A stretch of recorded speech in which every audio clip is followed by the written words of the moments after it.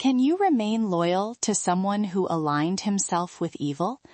Not intellectually loyal, not historically loyal, but personally loyal. This is not a story about romance.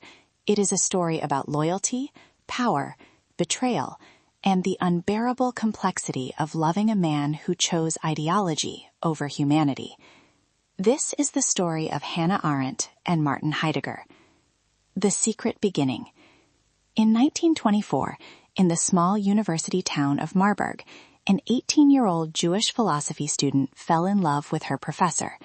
He was 35, married, already legendary. Martin Heidegger was not just a man, he was an experience. Students described him as intoxicating.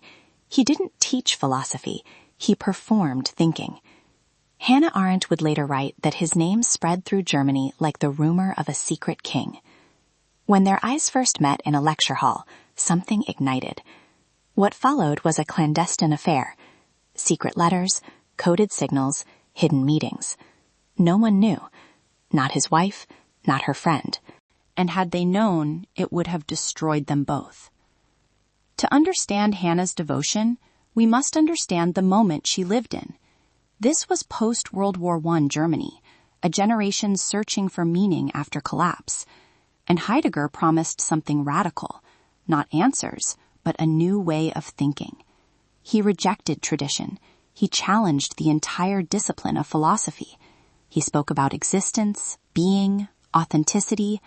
For Hannah, he was not just a lover. He was an intellectual awakening. But awakenings can be dangerous. Hannah eventually realized something crucial. She could not remain a secret. She could not build her life inside another man's shadow.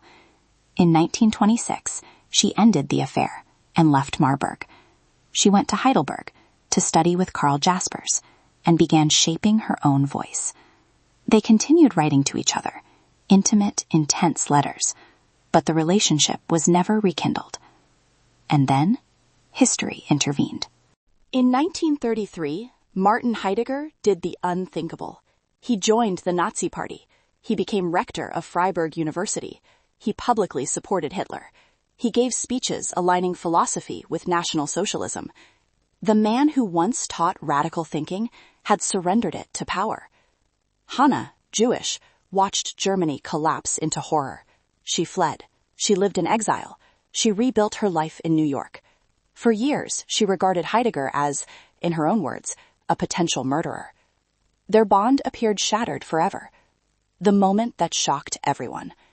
And then something almost impossible happened.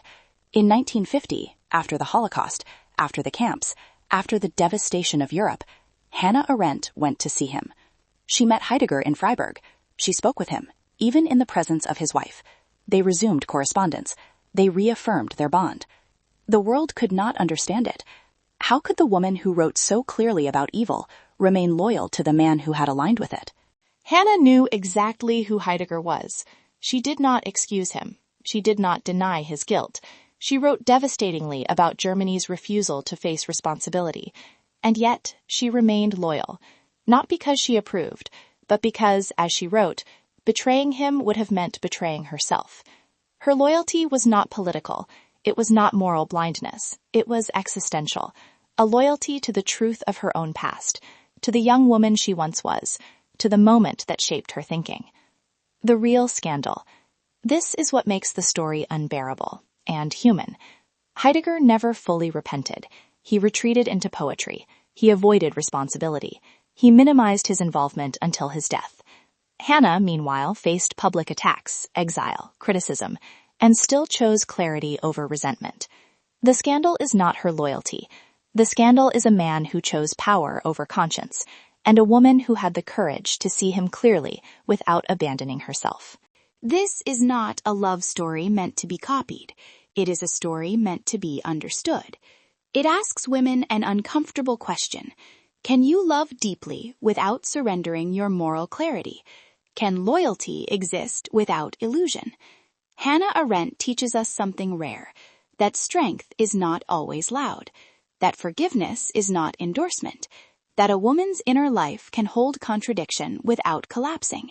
She did not save him, she saved herself. And sometimes that is the most radical act of all.